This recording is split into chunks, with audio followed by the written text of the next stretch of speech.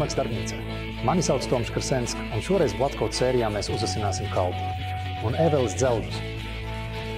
Kā šīs rubrikas nosaukums liecina, atkal iztiksim bez elektrības. Minētie instrumenti tiks ātri, viegli un ļoti kvalitatīvi uzasināti izmantojot vienkārši palīgu līdzekli un slīpēšanas papīrus. Šis palīgu līdzeklis palīdz saglabāt leņķi un tādējādi ar nelielu rūpību. Pat pilnīgs iesācējs var sasniegt ideālu asināšanas rezultātu. Instruments tiek ievietots zem alumīnija sliedes, kas ir pārklāta ar piegādāto pretslīdes sloksni. Fiksācija tiek veikta ar divām uzgriežņiem. Perpendikularitāti pārbaudiet ar lievām vai, ja nepieciešams, ar leņķmēm. Instruments paliek nostiprināts palīglīdzeklī visos asināšanas soļos, tādējādi jums vienmēr ir vienāds slīpums attiecībā pret slīpēšanas materiālu.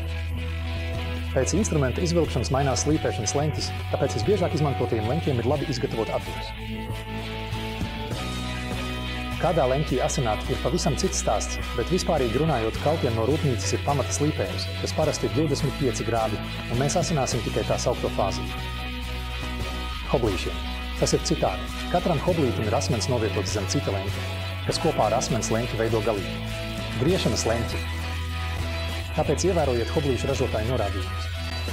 Dažādi leņķi tiek izmantoti plānojot pa šķiedru virzienu vai pret to, vai arī šķērsām. Ja jūs asināt pilnīgi jaunu asmeni, vai nu lielu bojājumu dēļ, vai leņķa maiņas dēļ, izmantojiet rupjāku abrazīvu, lai darbs būtu efektīvs. Man ir labi kalpojis pavisam parasts asināmais ar graudainību 120 no vienas, puses un 240 no otras. Puses. Protams, jūs varat turpināt asināt ar smalkākiem asināšanas akmeņiem, bet piemērotu akmeņu iegāde ir diezgan sarežģīta. Kvalitatīvi ir ļoti dārgi, un par tiem ir jārūpējas, kas aizņem daudz laika. Līdzīgu pakalpojumu gadījuma asināšanai sniedz smilšpapīri zem ūdens, kuras var novietot uz līdzemes un gludas virsmas, piemēram, stikla plāksnes. Kvalitatīva smilšpapīra lapa maksā nedaudz vairāk par 10 kronām. Turklāt, atšķirībā no akmeņiem, jums nav pastāvīgi jāuztur līdzenums, veicot tā saukto izlīdzināšanu. Patiesībā, izmantojot smilšpapīru uz stikla, jūs varat izlīdzināt savus asināšanas akmeņus.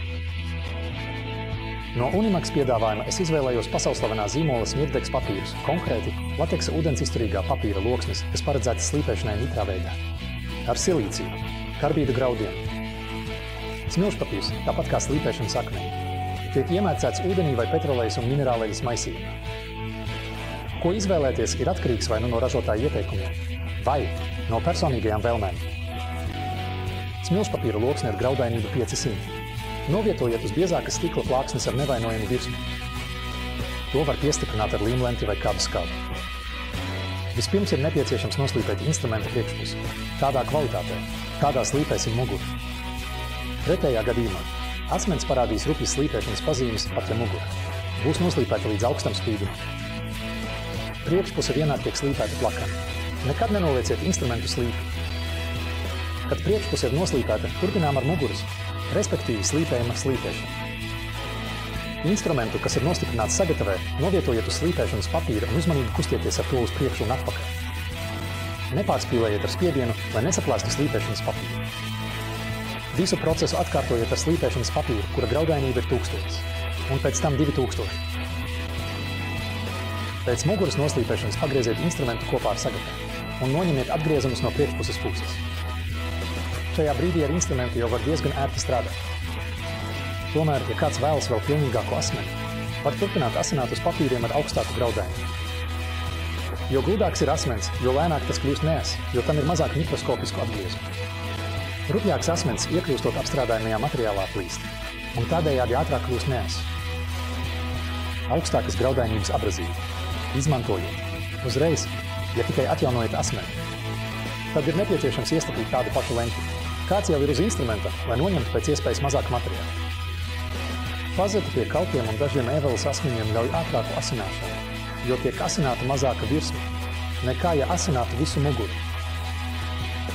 Redzat, ka perfekti asu asmeni var būt tik vienam uz saviem instrumentiem, un ar asu instrumentu ir prieks strādāt.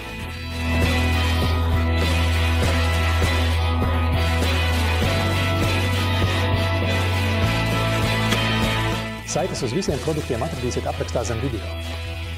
Ja jums patika, lūdzu, ielieciet mums likti. Un, ja nevēlaties palaist garām nākamo video no Unimaks darbnīcas, Noklikšķiniet arī uz abonēt un, ja vēlaties, uz zvaniņu, lai saņemtu paziņojumu uzreiz, kad augšupielādējam jaunu video. Lai jums jauka diena un drīz tiksimies Unimax darbnīcā.